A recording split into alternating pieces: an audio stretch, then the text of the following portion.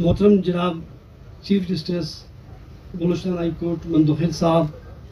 मोहतरम जनाब chief justice federal शरीयत कोर्ट नूर मोहम्मद मस्कांजी साहब, मोजिज़ ऑनरेबल जज साहिबान हाई कोर्ट के डिस्ट्रिक्ट सेशन के जज साहिबान, बलूचिस्तान नेशनल पार्टी के MPA parliamentary leader Malik Naseer Ahmed Shahwani साहब, अहमद नवाज बलोच साहब, अशरफ अवामी पार्टी के MPA नसरुल्लाह ज़हरे साहब, यहाँ पे हमारे कबायली मोतबरीन हाजी मोहम्मद कासिम शावानी साहब, मीर गुलाम रसूल मेंगल साहब और यार मोहम्मद शावानी के फर्जंद, और यहाँ पे जितने भी कमिश्नर साहब, डिप्टी कमिश्नर, जितने भी ऑफिसर्स बैठे हैं, यकीनन मैं सबसे पहले chief justice Balochistan high court और नूर मोहम्मद मस्कांजी साहब को, दोनों को, और जितने भी जज साहिबान हैं उनको मैं खराज तहसीन पेश करता हूँ कि जिन्होंने इस मौजूदा बलूचिस्तान हाई कोर्ट की जो क़यादत कर रही है हमारे चीफ जस्टिस साहब,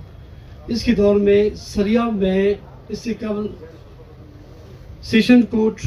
के क़याम, जुडिशल मजिस्ट्रेट, सिविल कोर्ट की जज साहिबान का वहाँ बैठना यकीनन सरियाब के या इस इलाके के जो दही इलाके हैं उन लोगों के लिए जिनकी केसेस क्रिमिनल केसेस है, सिविल केसेस है, जो शहर तक उनके लिए बहुत मुश्किल है आ सकते थे, लेकिन यहाँ सरियाब सेशन कोर्ट एडिशनल जज साहब जो बैठते हैं या जुडिशल मजिस्ट्रेट, सिविल जजेस, तो यकीनन इंसाफ के लिए एक बहुत बड़ा मस्बत कदम है। तो मैं एज ए वकील, एज ए पॉलिटिकल वर्कर अपने जो ऑनरेबल्स जज साहिबान है उनका शुक्रिया अदा करता हूँ, और इस उम्मीद के साथ कि आज जो जुडिशल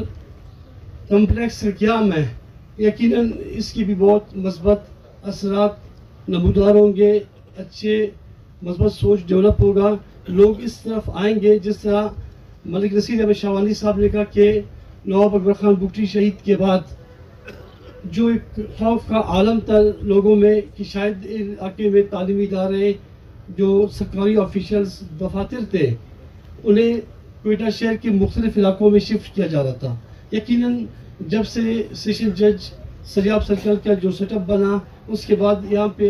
एक्टिविटीज़ यकीनन इस इलाके में खुशी की लहर दौड़ गई और लोग समझने लगे कि यहाँ के इलाकों को नज़रअंदाज नहीं किया जा रहा है। बिलखसूस अदालत आलिया के ज़रिए जो इक़दाम किए जा रहे हैं, मैं एज ए पॉलिटिकल वर्कर इन्हें अप्रिशिएट भी करता हूँ अपने ऑनरेबल जज साहिबान को, और उसी उम्मीद के साथ जिस तरह अहमद नवाज बलोच ने कहा कि यहाँ पे जो स्कूल है अगर उसके जो बिल्डिंग है सरकारी बिल्डिंग है, अगर उसको शिफ्ट किया जाए स्कूल में तो इसके भी अच्छे असरात होंगे, क्योंकि पहले ही लोग बच्चों की तादाद बहुत ज़्यादा बच्चियों की, लेकिन स्कूल की बिल्डिंग्स कॉलेजेस बहुत ही कम हैं और लोग माशी तौर पे इतने बदाल हैं, इतने पसमानदा है कि वो अफोर्ड नहीं कर सकते कि अपने बच्चों को शहर कोयटा शहर भिजवाएं। अगर उनको उन्हीं के करीबी स्कूल, तालीमी इदारे, लाइब्रेरी और दूसरे कॉलेजेस और अदालतें जब मुहैया होंगे, यकीनन इंसाफ का बोल बाला होगा और तारीख में इन जज साहिबान का नाम अच्छे अंदाज में याद किया जाएगा। जनाब चीफ जस्टिस साहब, मंदोखिल साहब, नूर मोहम्मद मस्कांजी साहब, यहाँ पे कुछ दिन पहले एज ए पॉलिटिकल वर्कर मैंने शहर इस इलाके के मुतासिरीन का दौरा किया, तो वहाँ पे एक दो इश्यूज़ है जो बहुत अहमियत कामिल है। कमिश्नर साहब इसफंदियार ठाकर साहब से भी मैंने बात की, वो ज़्यादा ताउन भी करते हैं, अच्छे इंसान हैं, उनको भी मैंने कहा कि भाई जो शहर के ज़मीनों का रेट है उसके मुकाबले में आप सरियाब के जितनी भी ज़मीनें हैं उनका रेट काफ़ी कम है। तो as a commissioner, as a deputy commissioner आपकी जिम्मेदारी बनती है कि आप रेवेन्यू डिपार्टमेंट के साथ कोऑर्डिनेट करके एक ऐसा रेट फिक्स करवाए जो इन लोगों का माशी इस्तेसाल ना हो। अभी आप अंदाज़ा लगाएं कि रोड के फ्रंट पे 690 रुपये किसी को देना और पूरा उसका जो दुकानें हैं उनको मिसवार करना, बिल्डिंग गिरा देना और ये कहना कि भाई ये पैसे आप उठाओ, अदरवाइज़ आपके ख़िलाफ़ कार्रवाई की जाएगी, आपके सामानों का, आपके इज़्ज़त नफ्स का किसी का भी हम ख्याल नहीं रखेंगे, बल्कि हम इन दुकानों को मिसमार करेंगे। तो उससे हवाले से मैं दरख्वास्त करता हूँ एज ए पॉलिटिकल वर्कर के, एज ए मैंने इस इलाके के नुमाइंदे के हैसियत से कैसा कमेटी बनाया जाए जो इन चीज़ों को देखे, ताकि वो जो ताजरान हैं उनको भी